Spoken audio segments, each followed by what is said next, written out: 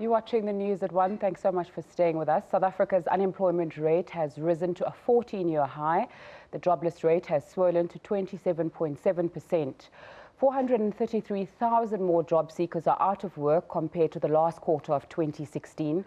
6.2 million people are out of a workforce of 22.4 million are unemployed. When the definition includes those who have given up on looking for work, 9.3 million people are unemployed. Ratings agencies Fitch and S&P Global downgraded South Africa to sub-investment grade in April this year, citing concerns about weakening governance, public finances and policy uncertainty after President Jacob Zuma's cabinet reshuffle. Former Reserve Bank Governor and Labour Minister Tito Mboweni described the downgrades as painful. He joins me in studio now. Thanks so much for your time on SABC. You've been quite vocal about the downgrades and the effect.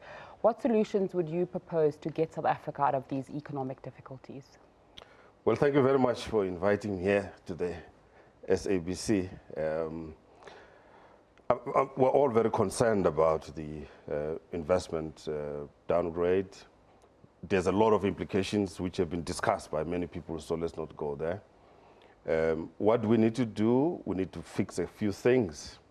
One, we need to show a public finance fiscal stance that's positive, that's strong, that avoids us getting more and more into debt and so on. That's number one. Number two, we need very clear policy consistency right across the government. And thirdly, we need to be seen to be fighting against corruption and maladministration. And I think if we do those basic things, we are on a good wicket to begin to change the situation. You've spoken about leadership and the importance of showing that they are fighting corruption. Why do you think that's not being done now? Well, I think it's a patchy story.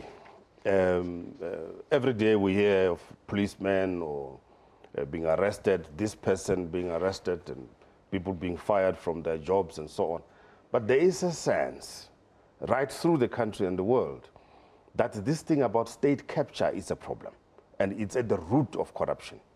That within the state-owned enterprises, within certain government departments, there's massive corruption. And this is what we need to tackle. And we call upon the authorities really to do something visible and serious about this. What are the implications for the importance of trust in promoting economic investment if we're not seeing people fighting against these allegations of state capture and the like? Yeah. You see, at the end of the day, investment is about whether one will receive a good return. The other day I heard that there was a huge hullabaloo in the United States because one of the large global investment banks bought a significant amount of bonds from Venezuela, where everybody is running away from Venezuela, but they bought in Venezuela. Why? Because they can see that in the long run, they're going to make a very, very good return. They anticipate that the situation in Venezuela will change and stabilize, and when that has happened, investment returns will be good. Similarly here, I think people will take positions. Some will invest now, knowing fully well that this situation is going to change in the medium term. Others will run away from the situation. But I think, you know, as a country, we need to be positive. We need to look beyond the squatter camp, which is the downgrade. We need to show confidence in our own country and invest, create jobs, reduce the unemployment rate, and make this a good place to be. And we can do it. But those few things that we need to do, let's just get on with it and do the correct thing. Okay, do you think that solid economic public policy making is possible under conditions of private accumulation at the expense of the state and these allegations that we're seeing now? I think, you know, these are basic things. So, me and you pay tax, right? We render unto Caesar what belongs to Caesar. The tax that we pay must be used for the correct allocation into public expenditure, for education, for security and so on. And we pay for the police who must secure us, who must secure our sisters and brothers against crime. Instead, we go off and hire private security companies, and yet we're paying tax. That tax money must pay for the police. We do all these basic things, and we do them correctly. I'm quite certain that we can fix up our country, but really we must show the posture that seeks to be serious about doing things correctly. And there's possibilities. There are large South African corporations which are investing heavily in the South African economy. There are small and medium enterprises, there are entrepreneurs in the townships and in the villages who are doing their best. There are farmers who are producing tomatoes, ZZ2, for example, which feeds the country. We need to show a far more positive attitude as well towards farmers who feed us, actually, instead of calling them all sorts of names. We have to work with them and so on. So there's a number of things we can do them properly. I think we're going to fly like flamingos. When we speak about solutions to South Africa's current economic challenges, a lot of people look towards government for answers. You in the private sector now, is the private sector doing enough to realize some of or to work against some of the challenges that the country is seeing? There needs to be complementarities between government and the private sector. I know for certain that many people claim that the private sector is on an investment strike. I don't know what they're talking about. Some of the companies I'm involved with, we have to do rights issues from time to time. There's no pile of cash there. We have to go to institutions and institutional investors on a regular basis to raise capital. And I think those investments that the private sector is involved in are indeed complementary or supplementary to what the state can do. The government sector is huge. Remember, it's not just government departments. It's parastatals, state-owned enterprises, Transnet, Eskom, Telco, and so on. These are large enterprises. And if South African Airways, if all of these government-owned enterprises could function optimally and efficiently, combined with what the private sector is doing, we can do good in this country.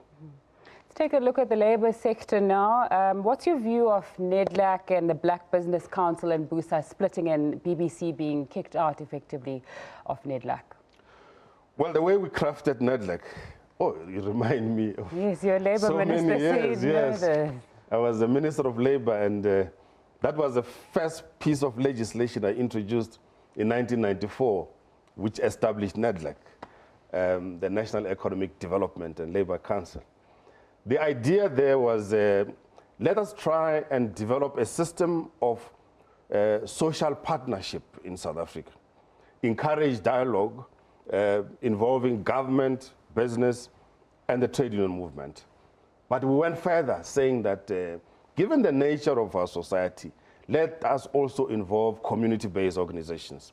That's why you'll find organizations such as SANCO are participating in NEDLAC. So, and it seems to go very well for a number of years. But the challenge with NEDLAC is that at the center of it, it requires the Minister of Labour to be very active. It requires active political leadership.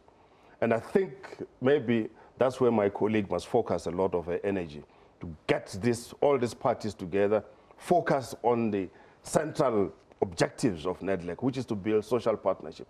I used to spend hours upon hours with business, labor, hours and hours. There used to be a hotel not far from here called the Carlton Hotel. And at the Carlton Hotel, on the 10th floor, there was a restaurant which was a 24-hour restaurant. We will sit there the whole night, debate with difficult people like Ino Godongwa and others, Mbazi Mashilo, Bobby Gotzel, Liebenberg and others. We'll debate until the cows come home or until breakfast came. That is the purpose for the political leadership there. And I think we should not just let things be run by business alone or labor alone. We require that political leadership. Now, you asked me a question about the exit of the Black Business Council. I think this is a short-term issue. I'm quite certain they'll find each other. They would notice that they are better off inside NEDLAC than outside. The parties which are in NEDLAC now will notice that they can't do without the Black Business Council, so they'll find each other. What should I say? They'll grow up. So I want to come back to the issue of the economic challenge that we're facing and solutions. There's been a lot of talk that radical economic transformation needs to happen now, inclusive growth in the economy. Some people are saying this is just a word for corruption and further looting. What are your views on that, and how should it be implemented if it gets there? I take a far less cynical view towards radical economic transformation. It means many things to different people, but to me, it means that we need to see far-going transformations taking place in the South African economy in terms of ownership, in terms of management, and in terms of reach generally. So let me give an example. Take the banking sector. We need to see the participation of many Black entrepreneurs as bankers. Yeah? If we saw that happening, I think it would be very good. The experience, the practical experience, is that without a banking institution that is sympathetic to the growth of Black business, there will be no radical transformation. It's a pipe dream. What the government in particular should focus on is the creation of a state bank. A state bank which will be sympathetic to Black entrepreneurs, which will respond differently to the existing banks. Finance capital is at the center of radical economic transformation. Without finance capital, forget it. Thank you very much for your time on SABC News. Former Reserve Bank Governor Tito Mboweni speaking to us there.